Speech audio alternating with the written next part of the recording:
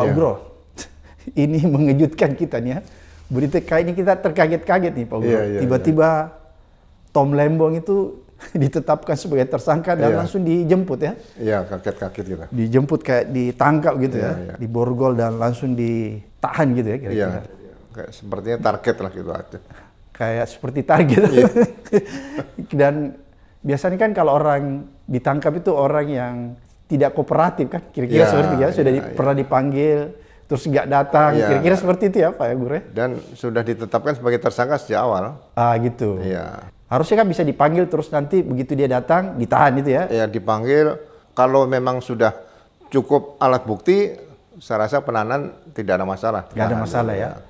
Biasanya begitu, Pak Ugro ini kan pengalaman ya, jadi biasanya gitu ya? Iya, jadi penahanan itu kan ada batas waktu. Kalau buru-buru penahanan, kemudian alat bukti yang lain belum dilengkapi, kan nanti waktunya kan habis di situ. 120 hari kan? Dan tersangka kan berhak diem, nggak usah bicara. Jadi dan menarik Pak Ugro, ini ada kan penjelasan nih dari Kejaksaan Agung bahwa Tom Lembong ini dijebloskan dalam rutan rupanya dalam kasus impor gula ya. Iya. Dia menjelaskan Tom Lembong menyalahgunakan wewenang dan kekuasaannya memberi izin impor gula kristal mentah, gitu ya, sebanyak 105.000 ton kepada perusahaan swasta PT AP untuk diolah menjadi gula kristal putih yang biasa kita konsumsi. Kira-kira seperti itu, Pak Guru ya. Pada tahun 2015 yang seharusnya tidak boleh dilakukan oleh pihak swasta melainkan hanya BUMN. Katanya gitu di situ kesalahannya. Apalagi di Indonesia sedang mengalami surplus gula saat itu. Jadi dianggap waktu pada saat itu gula itu kita surplus, jadi nggak perlu impor gitu ya alasannya. Penjelasan ini rupanya semakin memantik netizen menguliti data-data kejaksaan. Berdalih pasal 2 dan pasal 3 Undang-Undang Tipikor, seseorang bisa dipidana tidak mesti menerima uang. Perbuatan penyalahgunaan wewenang yang menguntungkan orang lain sudah bisa dipidana. Ini alasannya. Jadi katanya nggak perlu dulu pembuktian bahwa harus menerima uang. Makanya kita bertanya-tanya, ada nggak aliran dana yang masuk ke Tom Lembong? Ada nggak kickback kan gitu? Kalau menurut Pak Ugro nih, pengalaman sebagai Pak Ugro ini kan mantan Wakapolri dan basicnya penyidik ya, reskrim dulu. Ganjil banget nggak nih Pak Ugro? Ya, selama jadi penyidik, kita kalau bicara tentang pasal peristiwa perbuatan tidak pidana, itu kan berarti dilihat unsur-unsurnya. Pasal 2 dan pasal 3 di Undang-Undang nomor 31 tahun 1999, kemudian ada Undang-Undang nomor 20 tahun 2001 tentang korupsi juga. Sudah jelas di mana seseorang atau barang siapa secara melawan hukum memperkaya diri sendiri, memperkaya diri atau orang lain atau korporasi, kemudian merugikan keuangan negara dan perekonomian negara. Dibuktikan semua. Kalau seorang jaksa mengatakan tidak perlu ada aliran dana, ini jaksa sekolahnya di mana saya nggak tahu, ya kan? Enggak, ini sekarang saya mencoba menebak-nebak saja. Sekarang lagi musim ijazah palsu, ijazah abal-abal nih.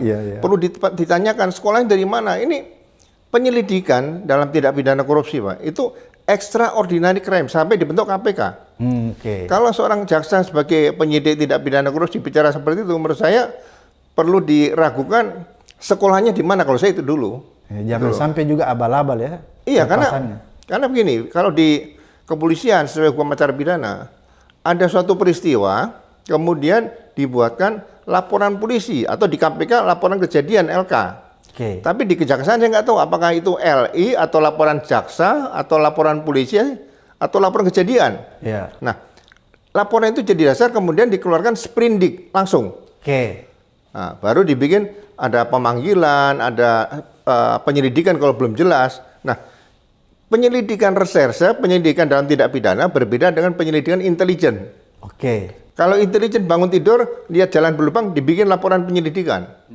Tapi kalau di reserse, itu di penegakan hukum pidana, itu tidak boleh dibikin surat perintah penyelidikan sebelum ada surat perintah penyidikan. Di situ. Jadi berarti kalau Pak Ugro melihat dari segi formalitasnya aja, mekanismenya sudah ada masalah berat ya? Administrasi penyidikannya menurut saya cukup salah berat, bukan salah sedikit, salah berat di sini, gitu loh. Jadi kalau sudah berani menangkap dan menahan Tom Lembong, Ya. berarti jaksa sudah pernah memeriksa satu Menko Ekuin, kemudian bea cukai. Barang ini, gula ini datang dari langit atau datang lewat kapal, Oke. atau lewat pesawat juga bisa mungkin ya. Ya. Ini sudah semua belum. Oke. Kemudian tadi aliran dana merugikan keuangan negara. Kalau nggak ada keuangan negara, mau dikatakan korupsi, pasalnya pasal 2, pasal 3 sama di situ. Masa dia ada pengecualian kalau Tom Lembong tidak usah ada aliran dana? Kan aneh di sini. Situ aja menurut saya. Oke, berarti baru dari segi formalitasnya aja. Ya. Mekanisme formalitasnya kita melihat sudah banyak keganjilan ya. Belum Sangat- kita bicara substansinya ya, Ya, Pak. sangat banyak keganjilan. Kalau jaksa sekarang mulai kewalahan menjawab tidak perlu ada aliran dana. Masyarakat menanyakan, kok nggak ada aliran dana? Loh, ini bukan asal tanya, asal jawab, bukan.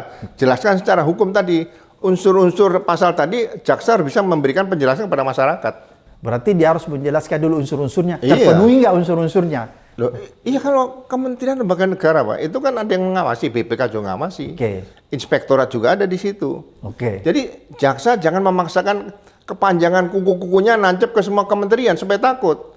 Ya kan? Saya melihat di sini di depan kelihatannya jaksa itu wah kencang sekali nih, nggak takut. Tapi endingnya kelihatan mulai ketakutan. Oke, jadi kelihatannya Kejaksaan Agung banyak membongkar kasus awal-awalnya heboh, Iya. tapi endingnya nggak jelas. Nah, ada yang asuransi mana? Asabri, Jiwasraya segala itu. Ya, oke. Aliran dananya mengalir sampai ke laut itu nggak pernah kelihatan. Oke. Ya kan? Kan aneh, timah. Berapa yang terlibat nggak diperiksa. Oke. Seperti itu. Jadi kasus menerima 27 miliar Menpora itu. Iya. Ya kan? Itu sebetulnya bisa dikenakan 480 untuk Undang-Undang 31 tahun 1999 korupsi. Oke. Sehingga penyidikannya jaksa harusnya minta bantuan Kapolri, tolong disidik tindak pidana penadah uang hasil korupsi 27M kepada Menpora oleh Kapolri. Kan gitu, Pak. Jadi walaupun dia kembalikan tidak menghapuskan Itu tindak tidak pidana. menghapuskan, kok enak sekali nanti kalau ketahuan dikembalikan, kalau enggak diambilkan gitu.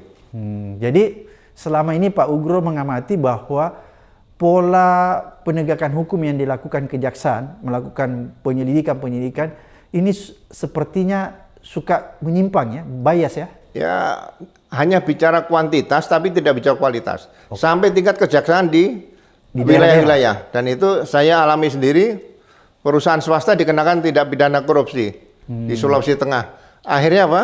Dihentikan karena tidak cukup bukti. Masa ada tambang dipasang jaksa lain itu, bukan polisi lain ya. Tambang itu kan tanah negara. Dia PNBP dia bayar, pajak dia bayar, di mana kerugiannya? Seperti itu.